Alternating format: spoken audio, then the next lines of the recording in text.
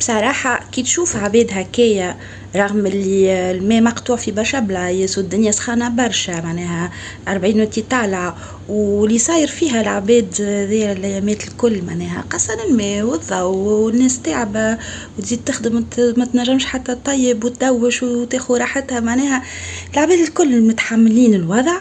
مي مالغري سا شو محليهم العباد كيبداو محترمين بعضهم وواعين اللي الخوذة والدزان والصيح والعياط ما يوصل لشيء، واللي يلزم نحترموا بعضنا ونشدوا الصف بالنظام في قمة الوعي والاحترام لبعضنا وللأماكن التجارية زادة كيف كيف راهم توانسة كيفنا كيفهم.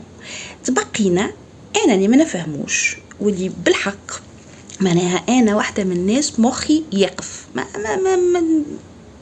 ما فهمتش علاش معناها ليزي عيب، ليزي حرام، ليزي مش معقول الناس تخدم على رواحها هزين يديستريبيو الستيكات بتاع الماء في الكمين كيما مستانسين باش يمشيو للعباد من عند الفورنيسور يعطيوهم سلعتهم معناها للعطارة حماسة من عاش عليهم شكون هزين ما ماشيين يخدموا على رواحهم.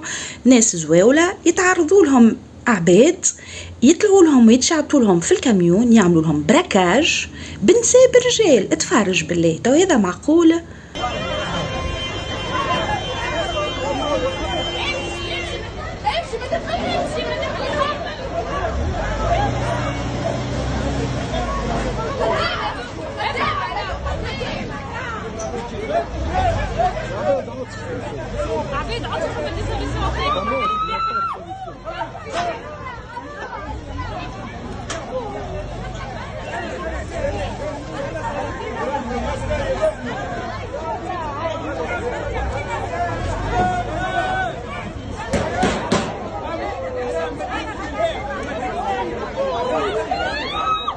معناها عملوا لهم براكاج في ستايك الماء وبش يقعد توا هذاك الشيء في راس اكازوز خدامه اللي يسوق واللي من تالي بلي منين باش يخلصوا الشيء هذاك. مش حرام؟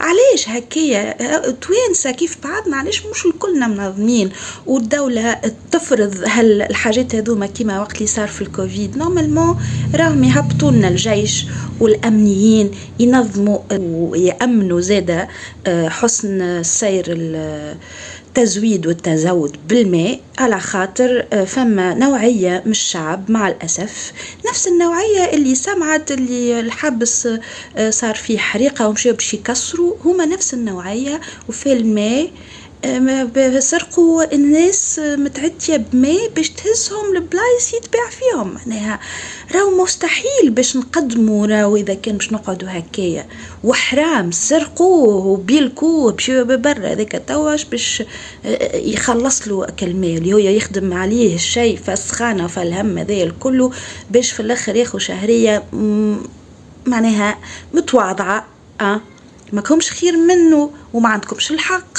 كيفاش تعطيك معناها همتك وكيفاش يعطيك قلبك تسرق إنسان زوالي هكاكا وتتشعبط وتتغفص في نساء ونساء بيدهم يغفصوا ويخبطوا؟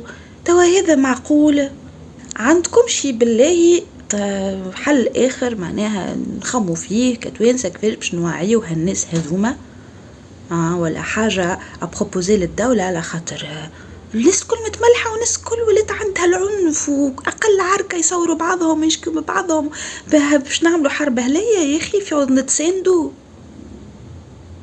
والله بالحق ما حرام ما يجيش شيء عايف خيط بالحق.